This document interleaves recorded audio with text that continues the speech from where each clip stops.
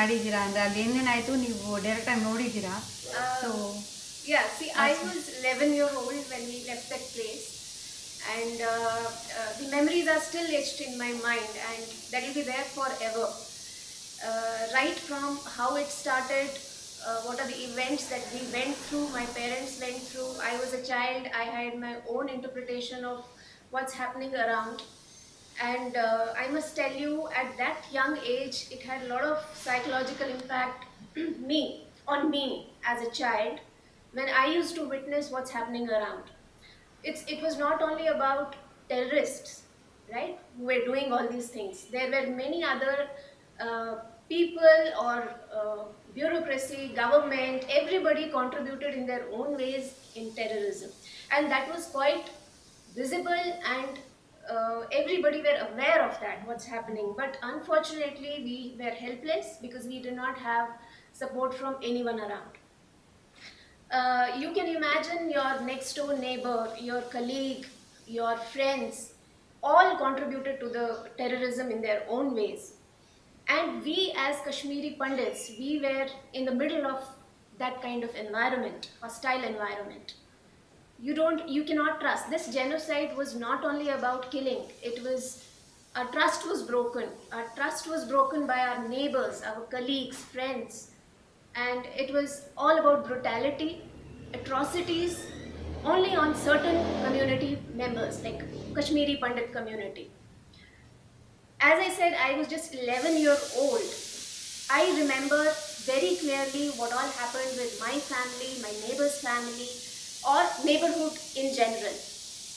I clearly remember the day. It was a horrifying, as a child, it was horrifying for me when I saw 14th August being celebrated by all the Muslims around. When I heard the slogans which were coming from the mosque day and night, day in, day out, those were horrifying for me. I was scared to even step out of my house and play.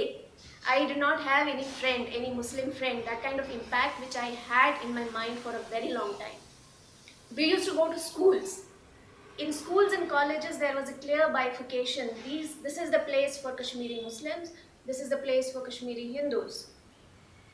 And there were also what you call fatwa, I don't know if that is correct, where Muslim girls were asked to wear burqa, and Muslim Hindu girls were asked to put bindi on the forehead. The clear intent was to clearly identify the target. If you are a Muslim, you are safe. If you are a person with a bindi on your forehead, you are the next target. So that is the life we have lived through. And all those hostile memories are still etched in our memories.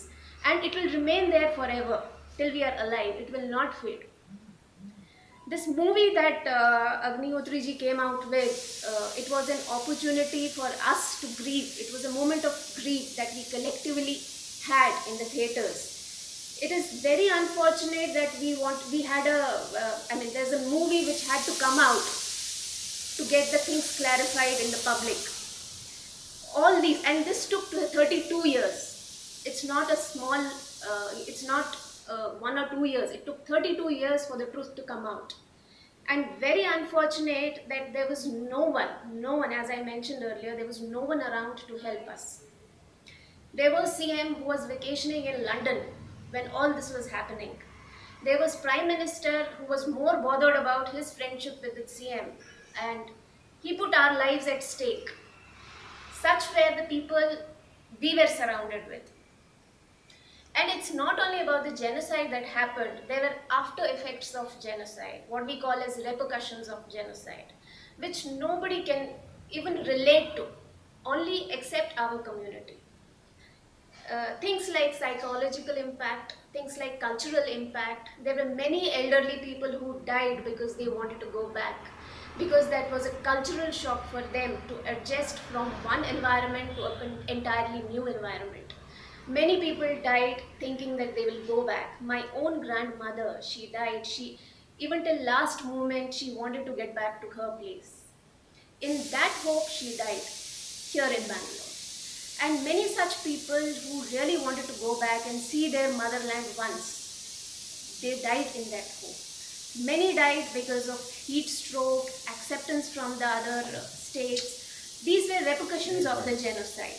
The killing part, my father clearly, my mother clearly explained what all happened. But this I am telling you what happened after that, aftermath of genocide. There were a set of people who would question us. What is so special about you? I personally have faced that in many, I don't want to name anybody, I have faced that while getting into college or school admission, people asking me, what is so great about your community? I wanted to thrash them then and there and give them facts that there are many things which will make us very important for the society. You would have seen that in movie, how elaborately they have given you facts about Kashmir, what Kashmir was all about, and what Kashmiri Pandits. We are the original inhabitants of Kashmir, if you're aware of not, but we are the original inhabitants. We belong to that place. That place is because of us.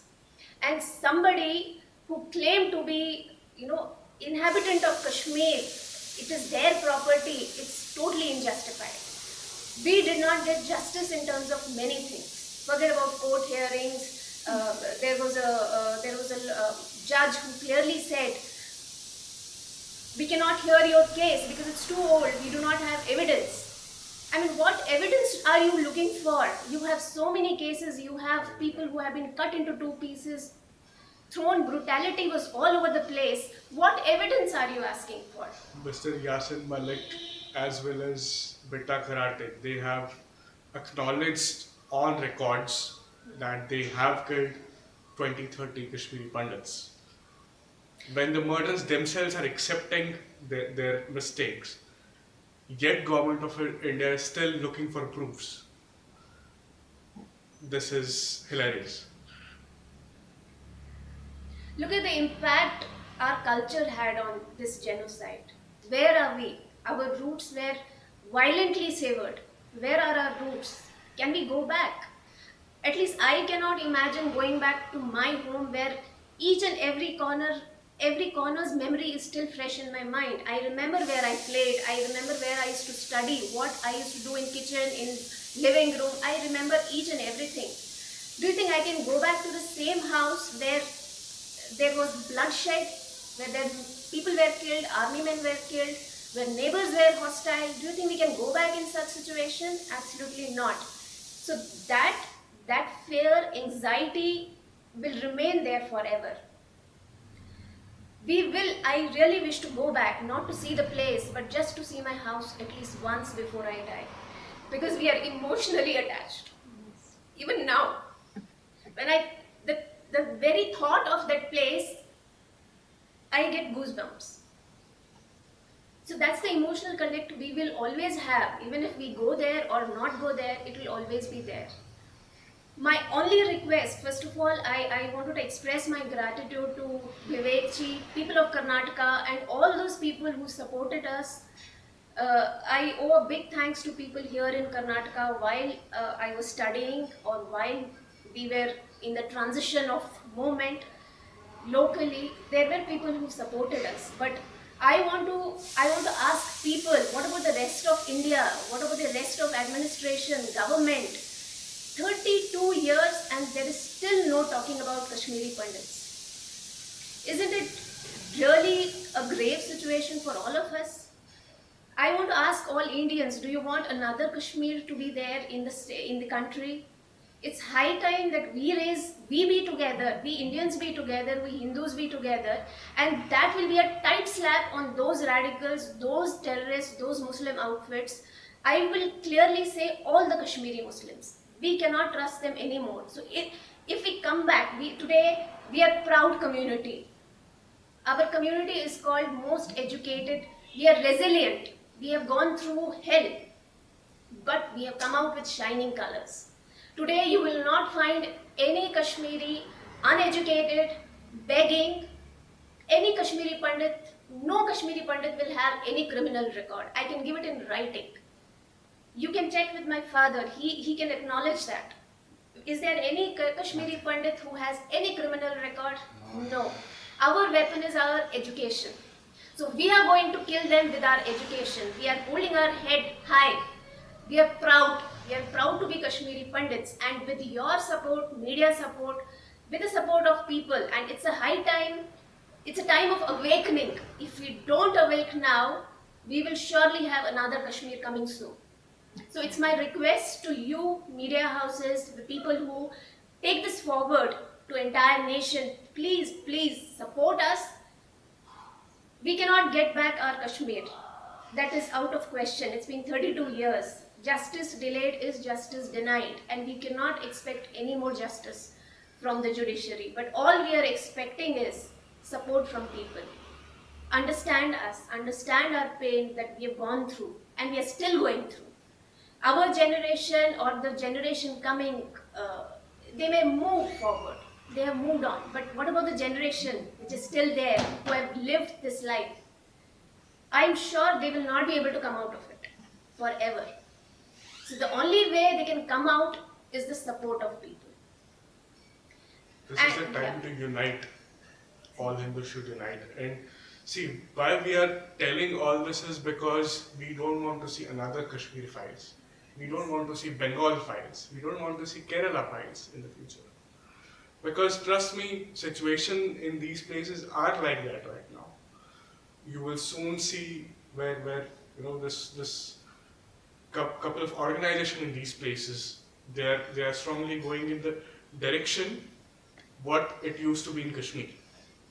The Kashmiri Muslims is going in the same direction. Trust me, if this continues another 10 years, you will see a similar situation in places like Bengal and Kerala. So this is the time for us to unite. If it's not now, it's never.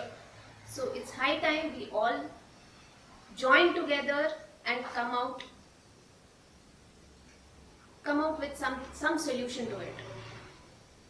And that's our sincere request. And the rest of the experience, they have had first-hand experience. I still remember the night when his father, he just mentioned about that bomb blast. His father got attacked accidentally by a bomb blast, and how that situation was at home. It was a wedding kind of environment because he was getting married in next couple of days. We were young, me and my sister, we were alone. She had gone out to invite people. He was at his shop. All of us were somehow saved by God, because the plan was all of us were planning to meet at his shop and come back home together. Same fateful night. But fortunately, our God saved us, but it hit his father very badly. I remember that night when we were getting phone calls from the terrorist, just to clarify, just to make sure that this thing has happened or not. They were trying to get clarity from us. They were asking for my father, is he there? Is he alive? Is he still there? Has he reached home? Just as a surety that their plan has been successful. We as kids, we mustered all our courage. We knew these were the terrorists who were calling us and checking on what's happening around. We mustered our courage somehow managed that night. We were all alone because he was in hospital. Imagine the psychology he would have gone through. He was holding his brother who was in a pool of blood, carrying him. And at the same time, he was not aware if my other family members are safe or not on the other side. Imagine the psychological impact it would have created on him. She was all alone on the road. She didn't know where to go, whether to go home or go to his shop. She was not sure whether he is alive, we are alive, where are we? Another psychological impact. We as kids, we didn't know what to do. We were like, any moment somebody will knock the door and we will also be finished. So there was so much of uncertainty around. That is how our childhood was. As I said, I am very attached to my house. Even today, I have the pictures saved on my mobile. I keep sharing with my friends. Sometimes they may think I'm overdoing it, but that's the emotion which is coming out. I want to go back once and see my place. Rest, I don't know what the government is going to do further, but I only pray and hope people get to know more and more about us. So you were telling about your school days. So what about holidays, and you are enjoying like joyful moments and all? They're all destroyed, right? Yeah, as I said, the initial years, I remember each and every moment when we used to vacation there. Father used to take us around. The small, small moments that would make us happy, sitting together, enjoying our winter vacations, going out, meeting people. Now see, our relatives, they are spread across the country, or some are outside country. How often do you think we can meet? Now we have mobiles, we can only talk. Our festivals, we are not together. Functions, we are not together. Bad times during death, birth, we are not together.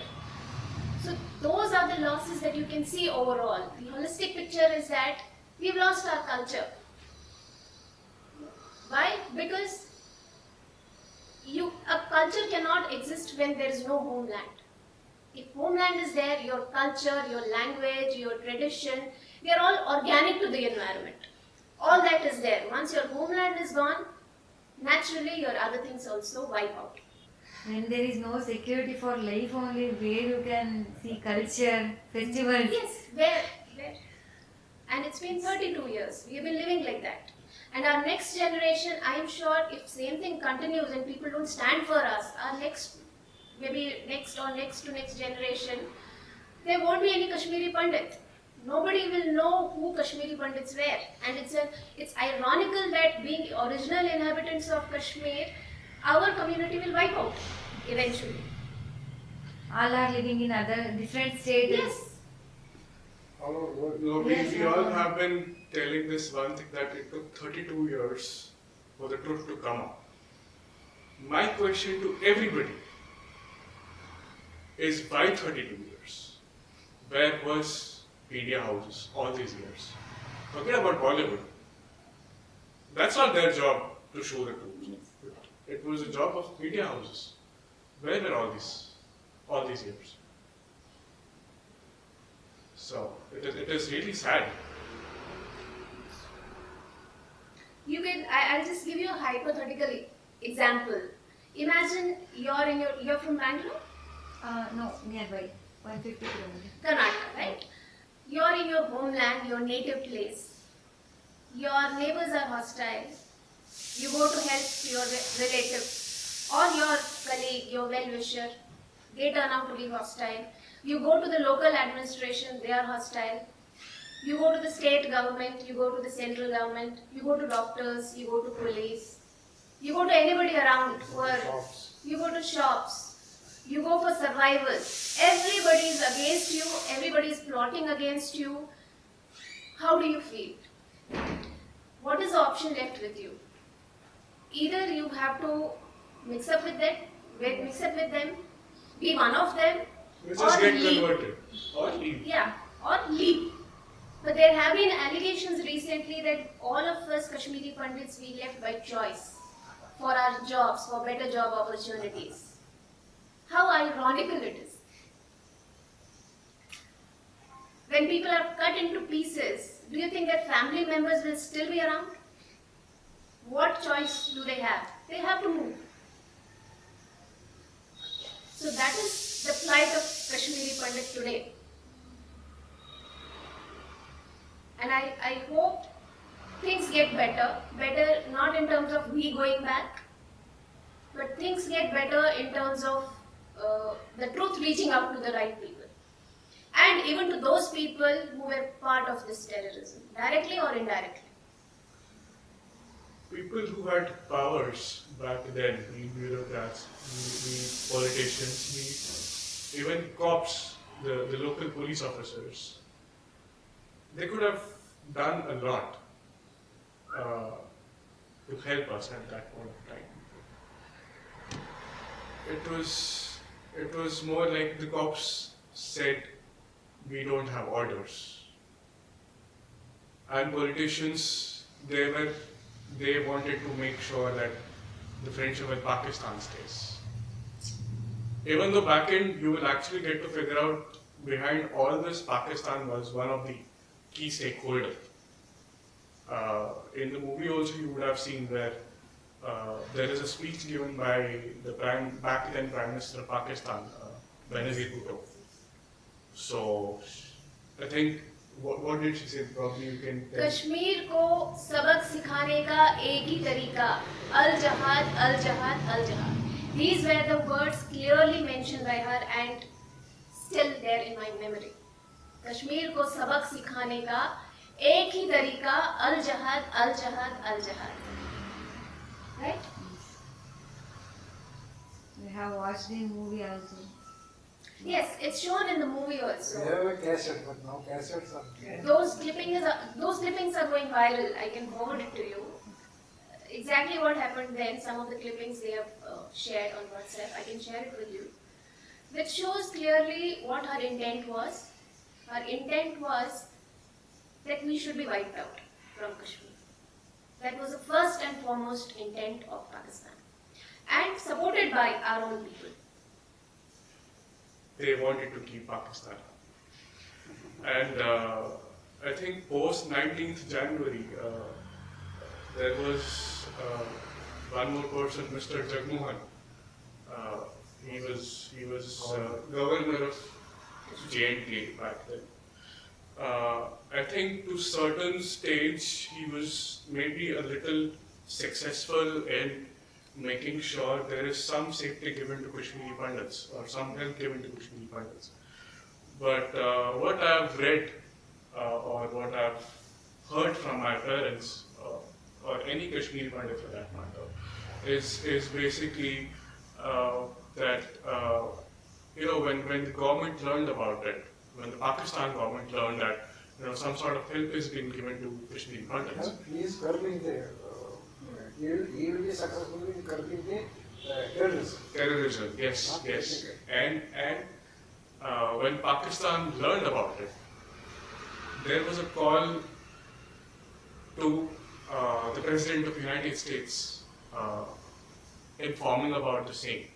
And the President of the United States then rings up the Prime Minister of India. And I think the very next day, That time only he was removed. Jagmohan was sacked from his position as governor of the country. He was Only reason because he was trying to suppress this terrorism at that point. he was little bit successful in suppressing, but he was not allowed. So we were what is the word I should be using here? We were sort of agreeing to whatever Pakistan says and whatever the United States says. We didn't have our own say. Like in today's time, when anything happens, Modi government straight away says that this is our internal matter. We strongly say that. Back then, we were like, Ji Hazur, whatever you say, we will do. No, that's because they didn't want to do anything. The Congress government then, Rajiv Gandhi government, he was the Prime Minister till December 89. Not that he did not have any say, but he didn't want things to happen, things to normalize there.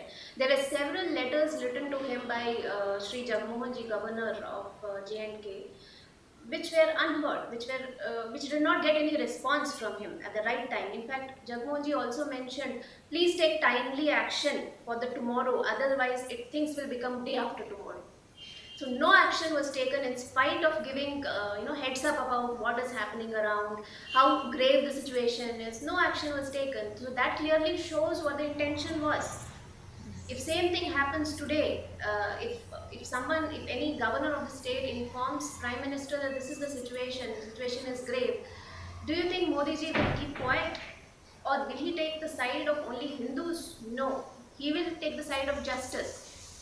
Right? So that was not there, unfortunately. And hence we became victims of it.